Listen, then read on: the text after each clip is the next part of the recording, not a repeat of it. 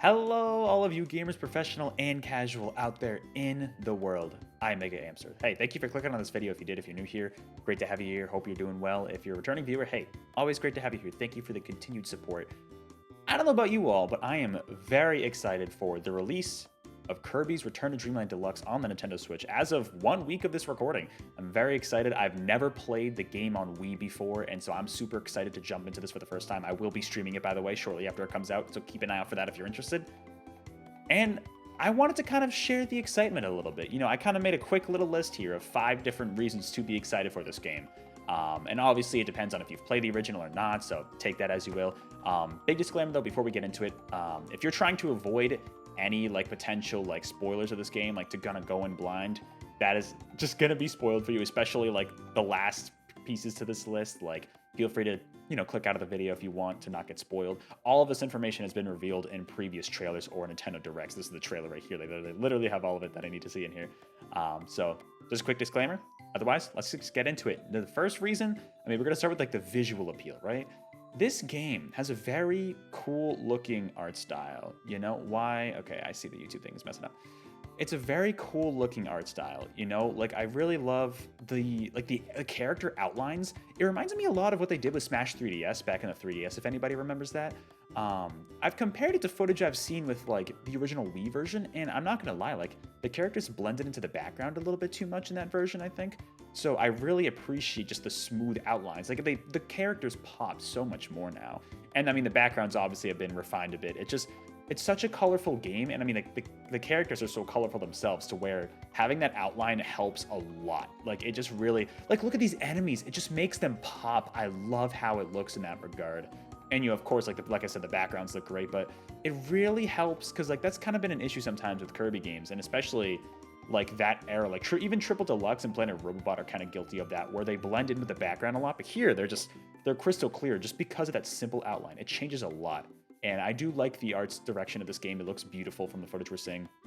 So, art style, number 1 reason. Number 2, which you've already been seeing a little bit of, another visual element here is this game is going to be running in 60 frames per second, which may not be a big deal to some. For me personally, it is, because as someone who played Triple Deluxe and Planet Robobot on 3DS, those were in 60 frames. And I believe the Return to Dreamland on Wii was also in 60 frames from what I understand. But on the Switch, correct me if I'm wrong, anybody in the comments, but I don't believe we've had a mainline Kirby game on Switch that runs in 60 frames. Star Allies was only 30. That's the one that really was curious to me, and I'm still curious to know why that was the case, especially when this here is running in 60 frames. I'm sure the YouTube footage doesn't do it justice, but from what we've seen in the directs, yeah, this is a smooth 60 frame game. Star Allies was 30 for some reason. Not that it was bad, it was just kind of noticeable, especially after Planet Robobot. Going to the Switch, you'd think it'd be able to run it. I don't know. Forgotten Land, I still think looks great in 30 frames. That doesn't need to be 60, especially for that kind of 3D platformer. I think it's less noticeable, and that game looks totally fine in that. I believe, what was it, Super Kirby Clash, the free-to-play game on Switch, I believe that one was 60, and maybe Kirby Fighters 2 was. But this is the first, I believe, correct me if I'm wrong, like I said, mainline Kirby game on the Switch that will be running in 60 frames per second. So that is awesome to see, because especially these 2D games, like I said, they look so smooth in 60. And as someone who started Kirby with Triple Deluxe and Planet Robobot on 3DS, it's really cool to see that. So yeah, another little element. Number 3 here, as we're kind of getting into here, I'm trying to rush, is the copy abilities. So there are, the returning copy abilities, Sword, Fire, Needle from the original game. They're also adding brand new ones. So we have Mecha right here they're going to show off. This one kind of reminds me of the Robobot armor a little bit in terms of how it maneuvered. You can shoot lasers, got the shock punches. Look at that. That looks so cool. And then also Sand. Sand's the other new one that we know of. It's probably the only other new one I would guess. But these multi-use copy abilities are so cool. You love to see it. And they started this tradition kind of with... I'm thinking of the clown ability, if anybody remembers that. Was it Circus or Clown in Triple Deluxe, where they started to really make them multi-use abilities. There was this, I guess the Smash ability earlier on also kind of factored in as well. And it's just they're so cool to see, you know what I mean? I love those multi-use abilities. There's also, I believe Festival from Star Allies is returning as a copy ability. From what I remember, that was a one-time use. I'm curious to see how they factor it in. Maybe it's one of those super abilities that they have in this game. And they could even be mixing up the copy abilities even more. I'm not super knowledgeable on the original Dreamland copy abilities, so I know the new ones, and I know that festival one I believe is returning from Star Allies. Otherwise, I mean, there could be other new ones. I don't even know, but it's still the fact that they're adding new copy abilities to essentially a port, like a rework. I don't even know if I'd call it remaster or remake. I don't even know. Probably remaster at that point. But the fact that they're adding new abilities to that shows that they're putting in effort here. Nintendo has done that with other games where they put in brand new content, which we'll get into in just a bit here. But it's really, really cool to see.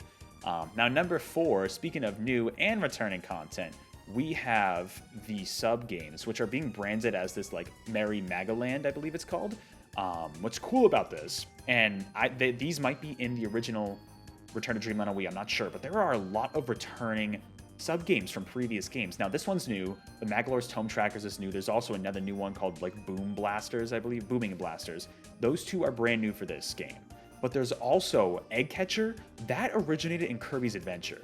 That's super cool to see. The Samurai one, I believe, started in Superstar. There's this what's Smash Ride or whatever it's called. Crackety Hack apparently is from Amazing Mirror.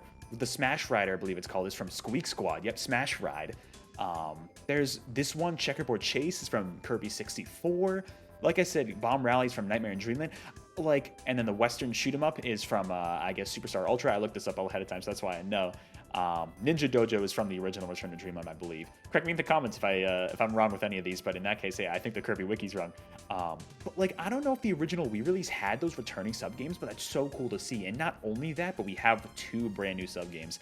I usually don't mess around with sub games in Kirby games too much, but like these look like they could be really fun. You get all these like cosmetics, like masks and stuff. You get the collectibles. Like that's so cool. Like they're adding, like I said, it's new and potentially returning content. It's great to see. It's like you can already tell, like as we're going into this, they're putting a lot of good work, new and old, into just a remaster, a port of an existing game. And you know, it's really cool to see. Now, number 5, this is the final disclaimer. I'm going to give a final spoiler disclaimer here. If you do not want to know, this was in a previous trailer, but you know, this is kind of a potential story spoiler, potential major part of the Kirby's Return to Dreamland Deluxe overall story. So, final disclaimer, feel free to leave if you want, but this was leaked ahead of time on the box art. This was also in a Nintendo Direct, the last one actually, and that is the Magolor epilogue. Now, this one's going to be interesting because, you know, if you know, I'm not going to say the ending of Return to Dreamland. I'm pretty sure I know how it works.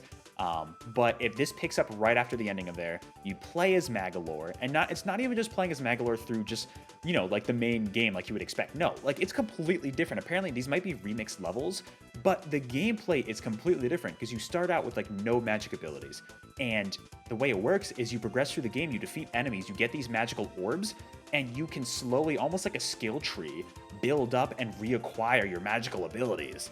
It's also co-op, which seems absolutely absurd. Like 4 Magolors on the screen, oh my goodness. And like some of these, I bet you they rip a lot of level design from the main game, but even just the fact that alone, it's just completely different gameplay. Like I said, this reminds me of like, maybe not to the exact same degree, but almost like, you know, something like Future Connected and Xenoblade Chronicles. I know they had in like Pikmin 3 Deluxe, they had, you know, I think a campaign with Olimar and Louie, I believe.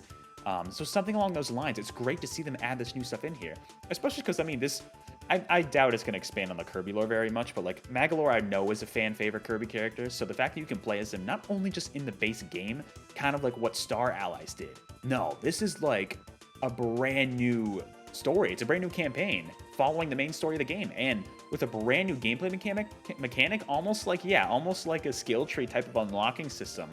You know, it's just, that's super cool. I love to see this kind of new content. And as someone who hasn't played the original, I mean, this is just even more. This is like 5 cherries on top of the sundae, man. Like, I already heard this game is really good, but now it's going to be even better. This seems easily like it's going to be the definitive version of the game. So those are kind of my 5 quick reasons. I know it's got a little longer at the end.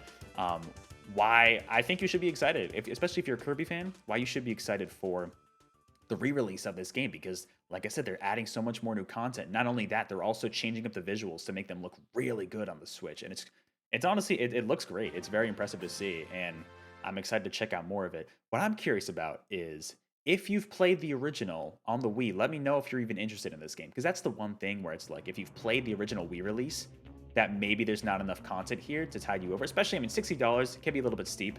For me, like I said, because I've never played the original, it's a no-brainer. It's a no-brainer. And I mean, if you're a Kirby fan, if you've never played the original game and you're a fan of the 2D games, you didn't just get in with Forgotten Land, then I mean, yeah, this is also just a no-brainer, I think. This seems like a great game. I've heard the original game is great, but this seems like it's going to be even better. But yeah, if you've played the original Wii, let me know if you're excited for this or you're just not really going to pick it up. Like, that's totally fine. I can totally understand why you might not pick this up. There's Festival I was waiting for. You know, let me know if you're excited. Let me know if this helped inform you at all, made you more excited, maybe made you less excited. I don't know, but you can't not be excited with Bonkers on the screen, you know? You gotta be excited for that. But anyways, I'm gonna leave it for here. Like I said, I'm gonna be live streaming this game shortly after it comes out. Feel free to check out those live streams later on, or hey, otherwise I will catch you all on the next video or live stream. Until then, take care, stay hyped. Kirby sweep continues. Poyo Boy is here to stay. Till next time, everybody. See ya.